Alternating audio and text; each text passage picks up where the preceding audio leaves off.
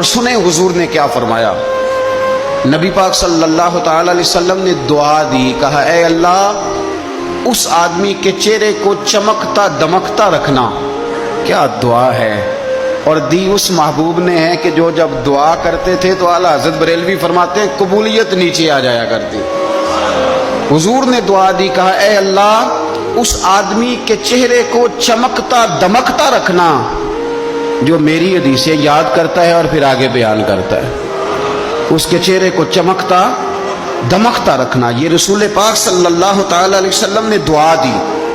میرے عزیز، امام بخاری رحمۃ اللہ علیہ کے ایک شاگرد تھے محمد بن عباس، وہ کہتے ہیں مجھے امام بخاری نا حدیثیں لکھوایا کرتے تھے اور میں حدیثیں لکھا کرتا تھا۔ جب آپ حدیث پاک پڑھتے ہیں یا حدیث پاک سنتے ہیں تو کئی دفعہ ایسے ہوتا ہے کہ آپ کوئی واقعہ اچھے طریقے سے پڑھ رہے ہیں حضور کے دور کا صلی اللہ علیہ وسلم، یا سن رہے ہیں، ایسے لگتا ہے کہ وہ منظر آنکھوں کے سامنے گھوم گیا ہے۔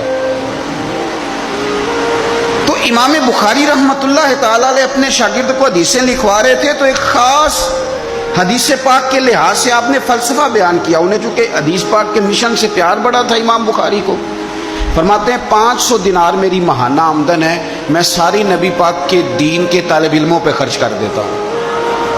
یہ مشن سے پیار ہے۔ تو امام بخاری رحمۃ اللہ تعالی علیہ کے شاگرد محمد بن عباس فرماتے ہیں میں حدیثیں لکھ رہا تھا تو انسان تھک جاتا ہے، کہتے میں لکھتے لکھتے لکھتے لکھتے امام صاحب چونکہ لکھواتے جا رہے تھے تو میں تھک گیا۔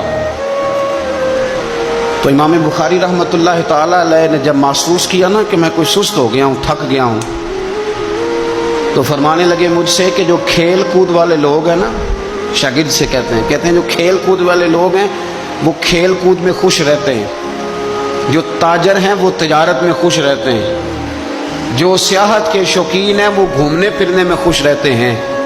فرمایا تو کتنا خوش نصیب ہے کہ جب سے تو بیٹھا ہے یا نبی پاک علیہ السلام کے ساتھ بیٹھا ہوا ہے یا حضور کے صحابہ کے ساتھ بیٹھا ہوا ہے۔ وہ یا نبی پاک کی حدیثیں لکھنا، حدیثیں جمع کرنا، حدیثیں بیان کرنا، حدیث کے ساتھ تعلق رکھنا، اس کا معنی یہ ہے کہ آپ نے نبی پاک کی صحبت اختیار کی ہوئی، آپ نے حضور کے صحابہ کی صحبت اختیار کی ہوئی۔ حدیث پاک کو یاد رکھیں، حدیثیں اپنے ذہن کے اندر بٹھائیں۔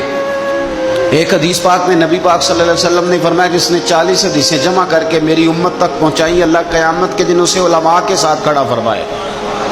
حدیثوں کو یاد رکھیں۔ میرا آپ کو مشورہ ہے کہ رات کو بیٹھ کے لکھیں آپ کو کتنی حدیثیں یاد ہیں، جو یاد ہیں وہ لکھیں، اور حضور صلی اللہ علیہ وسلم کی باتوں کا ذکر کریں۔ کسی شاعر نے ایک جملہ کہا تھا پر بڑے بہترین کہہ دیا، وہ کہنے لگا یا رسول اللہ صلی اللہ علیہ وسلم میری تو بات بن گئی ہے بس تیری بات کرتے کرتے۔